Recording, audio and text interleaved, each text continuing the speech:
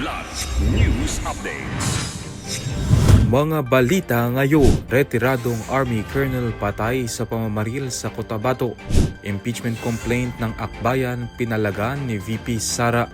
Gobyerno ng Cambodia itinangging nagtatago sa bansa nila si Atong A. Ako po si Cesar Soriano para ihatid ang mga nangungunang balita sa buong kapuluan. Ngayon, Patay ang isang retiradong sundalo matapos tambangan ng mga hindi pa nakikilalang armadong kalalakihan sa Barangay Kidama, Matalam, Cotabato, bandang tanghali ng Biyernes, Pebrero 6. Kinilala ng otoridad ang biktima na si retired Colonel Leonardo Songcayo, 60 anyos, na nooy minamaneho ang kanyang Nissan Navara pickup truck nang pagbabarilin siya ng mga armadong sospek. Mabilis na tumakas ang mga salarin sakay ng motorsiklo patungo sa hindi pa matukoy na direksyon.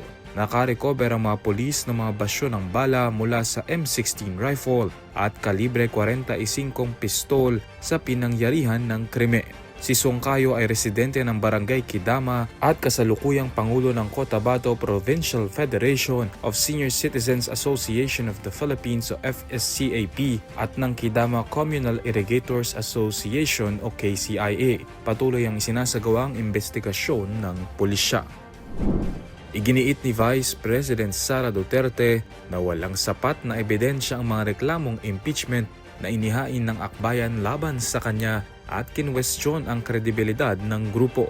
Sa isang video statement, inakusahan ni Duterte ang kanyang mga kritiko ng pang-aabuso sa proseso ng impeachment para sa pamumulitika at pangaharas. Nilinaw ng Vice Presidente na wala umanong naipakitang direktang ebidensya ng maling paggamit ng confidential funds sa kabila ng mga isinagawang investigasyon. Naisumite na sa tanggapan ni Speaker Faustino Boji D. III ang dalawang reklamong impeachment mula sa Makabayan Bloc at sa Akbayan at ML Party List. Gayunman, pinatutsadahan lamang ni Duterte ang reklamong inendorso ng Akbayan at iginiit na may ambisyong tumakbo sa pagkapangulo ang Chair Emeritus nito na si Senator Risa Hontiveros.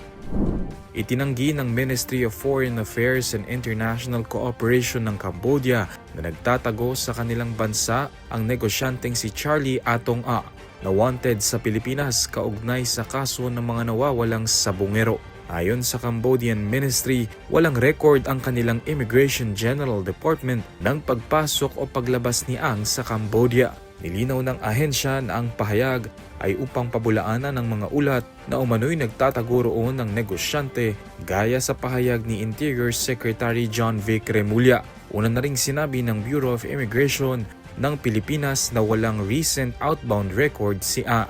Patuloy pa ring tinutugis ng mga otoridad si Ang na may patong na 10 milyong piso matapos maharap sa patong-patong na kaso ng kidnapping, serious illegal detention at kidnapping with homicide. Para sa Kidlat News Channel, ako si Renzel Lenon, nag-uula.